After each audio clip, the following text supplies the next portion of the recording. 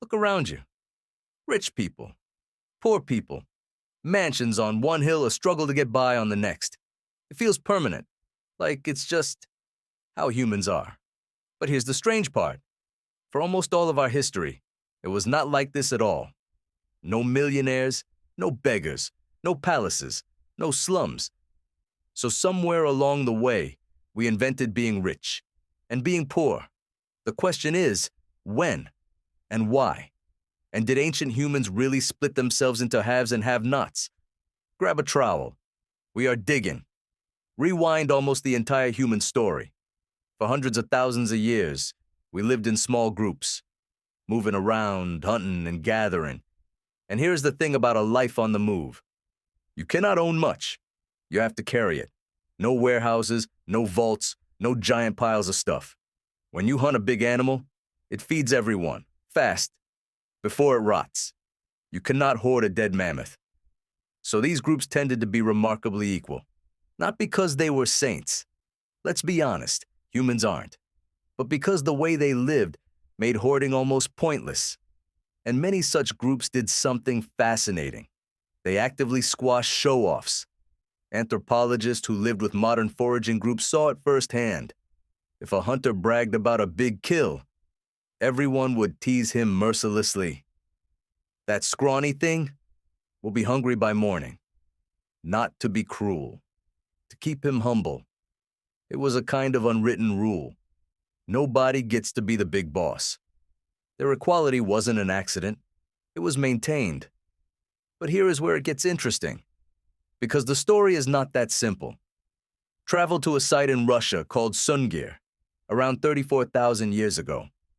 Ice Age hunter-gatherers. Long before farming. And archaeologists there found graves. One held an adult man covered in roughly 3,000 ivory beads, 2 children, buried with even more. Over 10,000 between them, each bead carved by hand from mammoth ivory. Scientists estimate the beads alone took thousands of hours to make. Now ask yourself a simple question. Who gets buried like that? And why were children, far too young to have earned it, sent off with such astonishing riches? It hints that even among supposedly equal foragers, some people, somehow, already held special status. Maybe earned in life, maybe inherited. We genuinely don't know. So the tidy idea that everyone was equal until farming. Reality is messier than that. Keep it in mind. Now, the big turn. Starting around 12,000 years ago. Humans began to settle down and farm. And farming changed one thing that changed everything. Surplus. For the first time, you could grow more food than you needed today and store it. Grain keeps. Grain stacks up. You cannot hoard a fresh-killed deer. But a granary full of wheat? That you can hoard. And once you can store wealth, you can own it, guard it, fight over it. And here's the quiet bombshell. You can pass it to your kids. Inheritance. Now, an advantage doesn't reset every generation. It piles up, like a snowball, but made of power. A few families get a head start and the gap between them and everyone else begins to grow. And we can actually see it in the dirt. As villages grow, the houses stop matching. Some stay small and simple. Others get bigger with more storage and more stuff. Archaeologists carefully measure these differences. And broadly, as farming spreads, the gap tends to widen. Not everywhere, not at the same speed, but the trend is real. The graves change too. Some people get buried with almost nothing. Others get buried with a fortune. And one cemetery shows this more dramatically than almost any other. Northern Bulgaria, near the Black Sea, a site called Varna, around 6,500 years ago. It holds the oldest worked gold ever found anywhere on Earth. Hundreds of graves, and the wealth in them is wildly unequal. Most people, a few pots, a simple tool, buried plainly. But then there is grave 43, an older man laid out in a sea of gold. Gold bracelets, gold necklaces, even a gold-wrapped axe. Nearly 1,000 golden objects with one single body.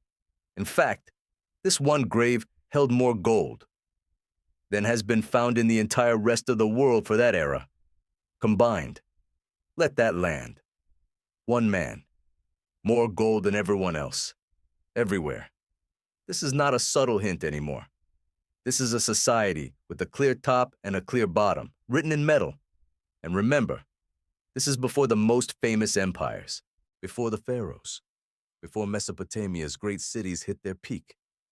Rich and poor were already here. From there, it scales up fast. The first true cities rise, and with them come kings, priests, and nobles, and a whole lot of everyone else. Grand temples and palaces on one side, crowded little homes on the other. Early records start tracking who owns what, who owes what, and who answers to whom.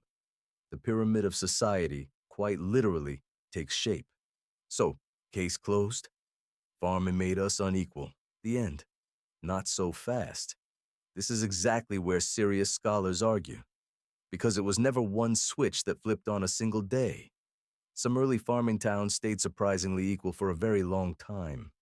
Houses nearly identical. No obvious palace. No obvious king. Other societies built steep hierarchies and then tore them back down again. Some thinkers argue inequality was never truly inevitable, that humans kept experimenting with how to live together, choosing sometimes to be equal, choosing sometimes not to be. Others argue that once you have big surplus and crowded populations, steep inequality becomes very, very hard to avoid. The honest answer: this debate is very much alive. The evidence is real, but it's patchy, and smart people read it differently. So, did ancient humans divide themselves into rich and poor? The best answer we have is, eventually, yes. For most of our story, we lived without big gaps, kept that way, in part, on purpose. Then, surplus, storage, and inheritance opened the door. And by the time of Varna's golden graves, the divide was undeniable. But it wasn't a single fall from some garden of equality. It was a long, bumpy, deeply human experiment. One that we are, honestly, still running today. Which leaves the real question, the one for you. If we invented this divide, does that mean it is simply part of us now? Or does it mean we could, in theory, invent something else? I don't have that answer. Nobody fully does. But I want to hear what you think down in the comments. Was it inevitable, or was it a choice? If you like big questions with real history behind them, you know what to do. Like, subscribe, and keep digging.